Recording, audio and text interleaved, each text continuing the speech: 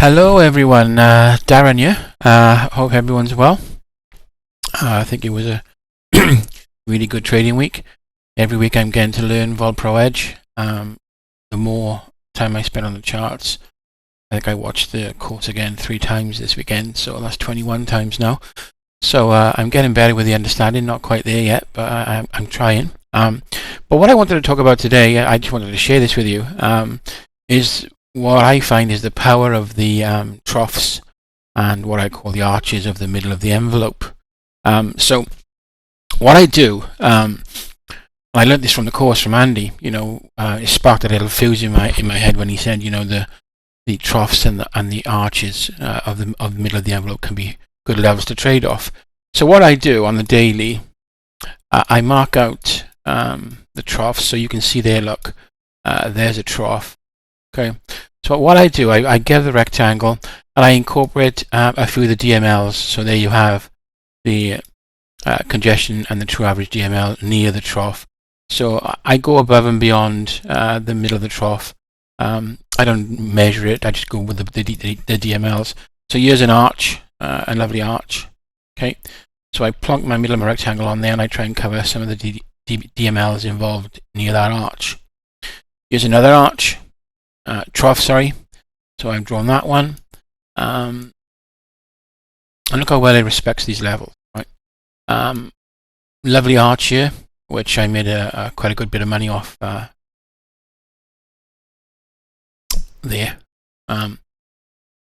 Again, you can see the trough, the arch, trough, okay, and the arch. So what I do, I mark the levels out. This was a lovely arch that I made some good sales off over the last week. Okay, so this red area here was a very strong zone for me to trade in the week just gone, and I did some good sales off that, and it was based off of the arch from the daily, and that was on Wednesday the 10th of December. Okay, so I'll just show you how I then use that to help me with my trading and my Vol Pro Edge education, and how I map it all together. So I've got the daily bias and the cross current, etc. From Andy, and I do them myself now, and I then mark myself out of 10 how good I am based on Cam's or Andy's daily. So that's helping me a lot. I'm not far off. So I mark them out. This is TradingView, so I do normally on NinjaTrader, but this is TradingView. That was the daily chart on TradingView. This is the hourly chart. Okay, and then you have my 15-minute chart. So if I show you that red zone where I took some good money, okay, this week, this is the red zone. Okay, this is the red zone. So it popped up quite a few times on Thursday, okay, with some good chances to sell from, because I knew it was a strong zone from the daily. Oops. I can have a scrunch it across to show you again. So I knew this was a strong zone from the daily, from the arch of the middle of the envelope. Okay, price had only reached it once, twice. So I knew it was a good zone, and it wasn't going above the core DMLs. And there was also a big resistance area above this red rectangle. You got the extension DMLs, you got the cores, you got the congestion DMLs. So I knew above this rectangle, this red rectangle, I knew from my knowledge of the course that that's a strong resistance zone, support zone. It's pushing down on price and saying, you can't come up through this ceiling. It's made of concrete. When you hit this, you have to go back down. That's how I think about it. So okay, when I tested it, but it didn't go through, and I made a lot of sales from that zone. Another example of what I took a good trade off on the 15-minute.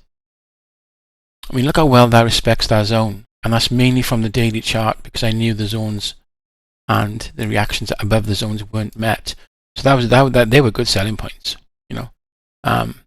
Obviously wait for the 10k for the 15-minute or 10k or whatever to show you, but they were good selling points. 934. You're talking like 60, 80, 90, 100, over 100 points on a lot of those trades. So all from basically the arch on the middle of the envelope. And obviously using your knowledge of the DMLs and the core and seeing how the candle closes and is it in congestion or trending, etc. So for example, I want to show you my thoughts on this one. Clearly we're trending because it's closing above the middle of the envelope. Okay, closing above. Oops. And then now suddenly we're not trending, we're in congestion. Okay, we're in congestion. Trending. And then what I did, I waited. By the way, this blue line is another arch. So my blue lines are arches as well. So I was hoping because we were in congestion, it would go down to this blue arch. And it did, look, it went down there. And then it rejected the extension DML. Didn't close below it. So, you could have took a buy on that. What was your target? The red zone. Here it touched the red zone. Here, look, on this bar. Didn't close above the extension. And it's also on one of my blue lines. Very strong resistance. So as soon as that candle closed, you wait for retracement up into my zone and then you sell. Here now the price is below the red zone. So my target is the blue zone, the blue line, because I know that's another arch or trough on my daily envelopes. Okay. So what did I do here? Well, I just waited. It was trending, so I waited to see what it was going to do with congestion or trending or staying in congestion. It stayed. It was starting to trend here with 3 closes below the envelope. Then it came back up, so it's in congestion. And then I waited. And as soon as this bar closed below the middle, here, I sold.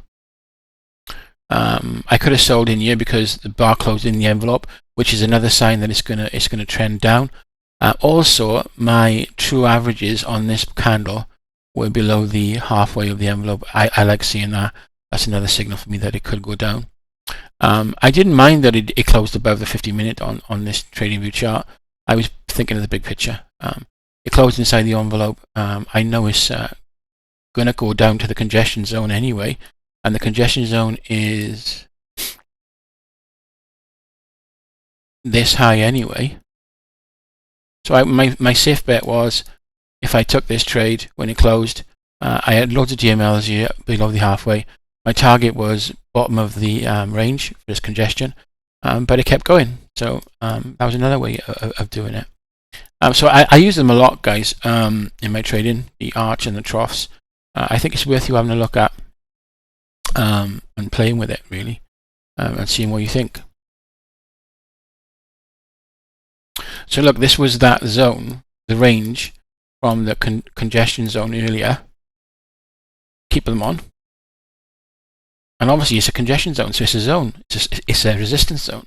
So if you see any rejections to that, you could possibly sell with a higher time frame. But look how well this respected this.